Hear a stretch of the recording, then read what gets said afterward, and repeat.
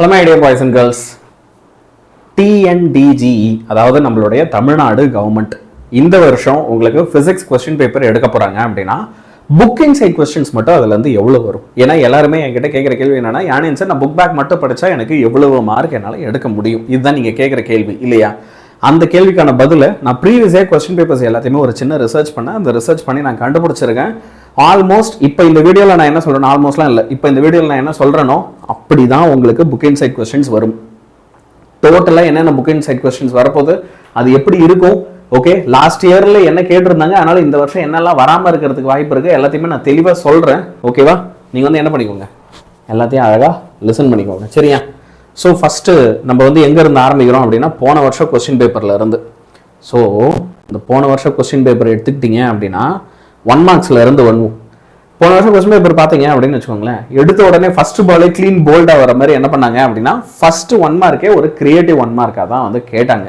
இப்போ இது வந்து பாத்தீங்கன்னா உங்களுக்கு புக் பேக்லயே இருக்காது இந்த மாதிரி ஒரு டயக்ராம் வந்து உங்களுக்கு எக்ஸாம்பிள் ப்ராப்ளம்லயே இருக்காது இது முழுக்க வந்து பாத்தீங்க அப்படின்னா ஒரு கிரியேட்டிவ் 1 மார்க் இப்போ என்ன விஷயம் அப்படின்னா எல்லா வருஷமுமே 15 1 மார்க் வருதுல்ல அதுல ஒரு क्वेश्चन ஃபுல் கிரியேட்டிவா இருக்கும் அதாவது அது வந்து பாத்தீங்க அப்படின்னா உங்களுக்கு புக் பேக்ல இருக்காது அது ஏதாவது ஒரு எக்ஸாம்பிள் क्वेश्चनஆவோ அப்படி இல்லனா ஏதாவது ஒரு புக் பேக் நியூமெரிக்கல் क्वेश्चनஆவோ கூட இருக்காது ஃபுல்லா அவங்களே ஒரே ஒரு क्वेश्चனை கிரியேட் பண்ணி கேட்பாங்க அப்படி ஒரு क्वेश्चन வரும் சரியா ஆனா அது ரொம்ப ஈஸியான ஒரு क्वेश्चனா தான் இருக்கும் உங்களுக்கு புக்ல இருக்கிற ஒரு எக்ஸாம்பிளை நீங்க சால்வ் பண்றீங்க நியூமெரிக்கலை சால்வ் பண்ண தெரியும் அப்படின்னா இதையும் சால்வ் பண்ணிடலாம் அந்த மாதிரி ஈஸியா தான் கேட்பாங்க ஸோ ஒரு 1 மார்க் நமக்கு அந்த மாதிரி கிரியேட்டிவா வந்திருக்கு அடுத்து வந்து क्वेश्चन நம்பர் 2 பாருங்களேன் இந்த क्वेश्चन நம்பர் 2 வந்து உங்களுக்கு பாத்தீங்கன்னா okay book inside question example 3.10 இதுக்கு தான் அடிக்கடி சொல்லுவேன் எக்ஸாம்பிள் சம்ம பாரு எக்ஸாம்பிள் சம்முக்கு ஆன்சரை மட்டுமாவது தெரிஞ்சு வச்சுக்கோ ஏன்னா அந்த எக்ஸாம்பிள் சம்மோட क्वेश्चन உனக்கு தெரிஞ்சதுன்னா ஆன்சரை நீ எழுதிட்டு வந்துடலாம் ஸோ எல்லா எக்ஸாம்பிள் சம்ஸ்க்கும் ஆன்சரை மட்டுமாவது பார்த்து வைங்க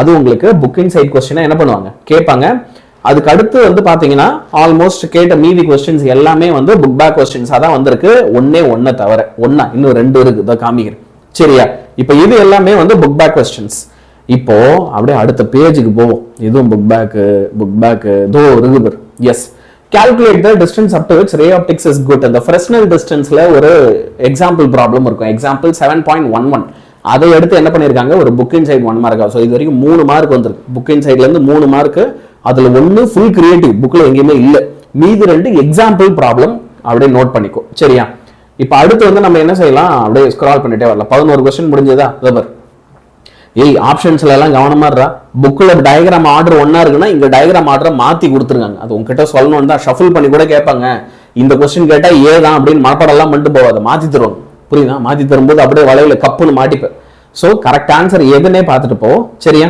இப்போ எஸ் புக் பேக் கடைசி क्वेश्चन தான் புக் இன்சைட் நினைக்கிறேன் எஸ் கிவர் அதே மாதிரி 15th question the transverse nature of light is shown in okay book inside क्वेश्चना கேட்டிருக்காங்க சோ மொத்தமா உங்களுக்கு 1 மார்க்ல 4 क्वेश्चंसரா புக் பேக் இல்லாம புக் இன்சைட்ல இருந்து 4 வந்திருக்கு அதுல 2 எக்ஸாம்பிள் ப்ராப்ளம் இப்போ 2 மார்க்குக்கு வரும் 2 மார்க் வந்தீங்கன்னா லிமிடேஷன்ஸ் ஆஃப் சைக்ளோட்ரான் கேட்டிருக்காங்க சைக்ளோட்ரான் லிமிடேஷன்ஸ் நம்ம எல்லாரும் 5 மார்க் படிக்கும்போதே அது கூட சேர்த்து படிச்சிருப்போம் இருந்தாலும் நமக்கு என்ன அப்படின்னா அது இங்க ஒரு புக் இன்சைட் 2 மார்க் क्वेश्चन அதோட லிமிடேஷன்ஸ் மட்டும் ஒரு 2 மார்க் क्वेश्चन கேட்டிருக்காங்க ஒரு 3 பாயிண்ட் எதுனாலே மார்க் வந்துரும் அதே மாதிரி வந்து பாத்தீங்கன்னா draw the circuit diagram for forward biased PN junction diode ஒரு புக் இன்சைட் क्वेश्चन சோ மொத்தமா இது ஒரு 4 அங்க ஒரு 4 இது ஒரு 4 இது வரைக்கும் மொத்தமா எவ்வளவு வந்திருக்கு அப்போ 8 மார்க் புக் இன்சைட்ல இருந்து 8 மார்க்குக்கு கேட்டிருக்காங்க இப்போ போன வருஷம் வந்து ப்ராப்ளம் 2 மார்க்ல எங்க இருந்து கேட்டிருக்காங்கன்னு பாத்துக்கோ ஏன் இதை நான் சொல்றேன்னா ஒரு வருஷம் உங்களுக்கு எந்த சாப்டர்ல இருந்து கேக்குறாங்களோ அதே சாப்டர்ல ப்ராபபிலி ரிப்பீட் ஆகிறதுக்கு வாய்ப்பு இருக்காது அடுத்த வருஷம் சாப்டரை மாத்தி தான் கேட்பாங்க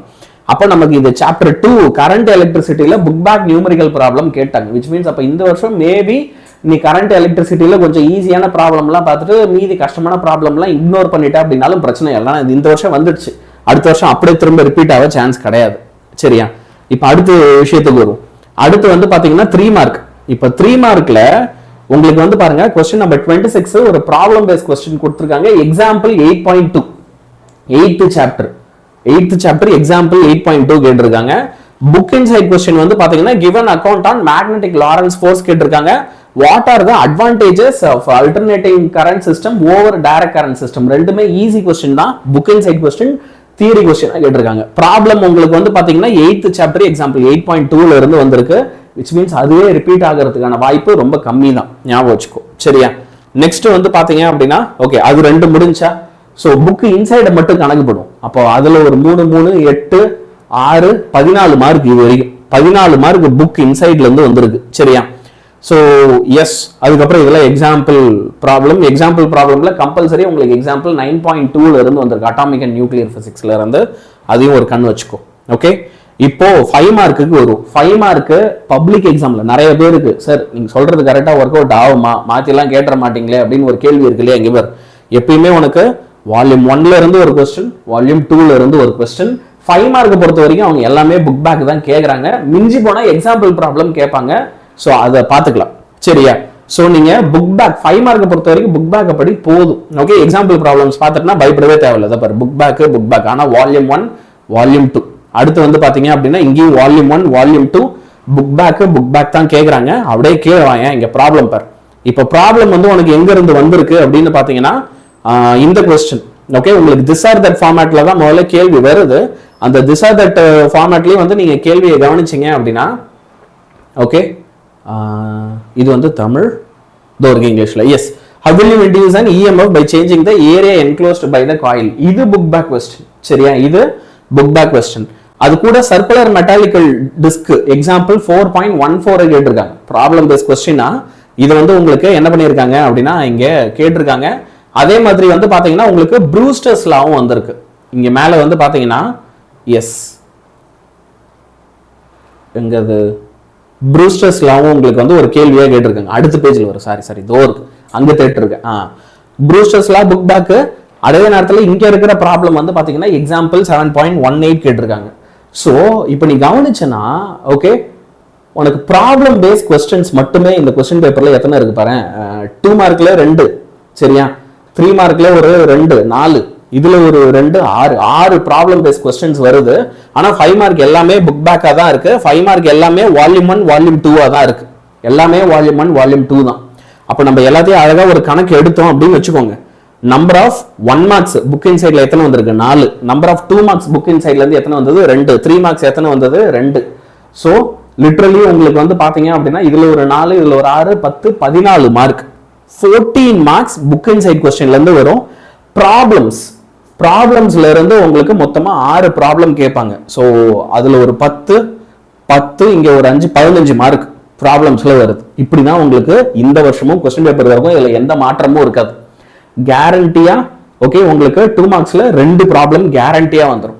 3 மார்க்ஸ்ல 2 ப்ராப்ளம் கேரண்டியா வந்துடும். அதே மாதிரி 2 கொஸ்டின் வந்து புக் இன்சைடாவும் இருக்கும். அதையும் ஞாபகம் வச்சுக்கோ. 2 கொஸ்டின் கண்டிப்பா கேரண்டியா புக் இன்சைடாவும் இருக்கும். சரியா? 5 மார்க்னா எல்லாமே புக் பேக் தான். எக்ஸாம்பிள் ப்ராப்ளம் எடுத்து உங்களுக்கு என்ன பண்ணுவாங்க, திஸ் ஆர் தட் ஃபார்மேட்ல ப்ராப்ளம் இது 5 மார்க்ல கேட்பாங்க. அதையும் ஞாபகம் வச்சுக்கோ. இப்படிதான் பேட்டர்ன் இருக்கும். TNDGE நம்மளுடைய தமிழ்நாடு கவர்மெண்ட் உங்களுக்கு கொஸ்டின் பேப்பர் எடுக்கும்போது இப்படித்தான் எடுப்பாங்க. ஓகேவா? உங்களுக்கு இந்த மாதிரி ப்ராப்ளம்ஸ் எல்லாம் படிக்கிறதுல ஓகே ஏதாவது டிஃபிகல்ட்டி இருக்கு அப்படின்னா அப்போ நீங்க வந்து நம்மளோட பெய்டு பேட்சஸ்ல ஜாயின் பண்ணோம் அப்படின்னா ஜாயின் பண்ணிக்கோ. அதுக்கான ஜாயினிங் லிங்க் கூட வந்து பாத்தீங்க அப்படின்னா உங்களுக்கு இங்க டிஸ்கிரிப்ஷன்ல இருக்கும். சரியா? இப்போ இது எதுக்கு அப்படின்றத நான் சொல்லிடுறேன். இந்த லாஸ்ட் ஃபியூ டேஸ் நீங்க எக்ஸாம் ப்ரிப்பேர் பண்ணிட்டு இருக்கீங்கல்ல, இந்த லாஸ்ட் ஃபியூ டேஸ்ல நீங்க ஸ்கூல்ல எல்லாம் எவ்வளவு நல்லா ப்ராப்ளம் பார்த்திருப்பீங்க அப்படின்னு எனக்கு தெரியல. ஆனா நீங்க 499 rupees பே பண்ணி நம்மளுடைய லாஸ்ட் சான்ஸ் ஓகே ரிவிஷன் பேட்ச்ல சேர்ந்தா உங்களுக்கு இந்த பிப்ரவரி மாசம் ஃபுல்லா நாங்க என்ன செய்வோம் அப்படின்னா லைவா கிளாஸ் எடுப்போம். மார்ச் மாசம் உனக்கு பப்ளிக் எக்ஸாம் நடக்குது இல்ல, அப்போ உனக்கு ஃபுல் சிலபஸ் உடைய ரெக்கார்டட் வீடியோவுக்கு ஆக்சஸ் இருக்கும். இது இப்பவே லைவ் எடுத்து முடிச்சிரும். அதோட ரெக்கார்டட் எல்லாமே உங்களுக்கு மார்ச் மாசத்துல ஆக்சஸ் இருக்கும்.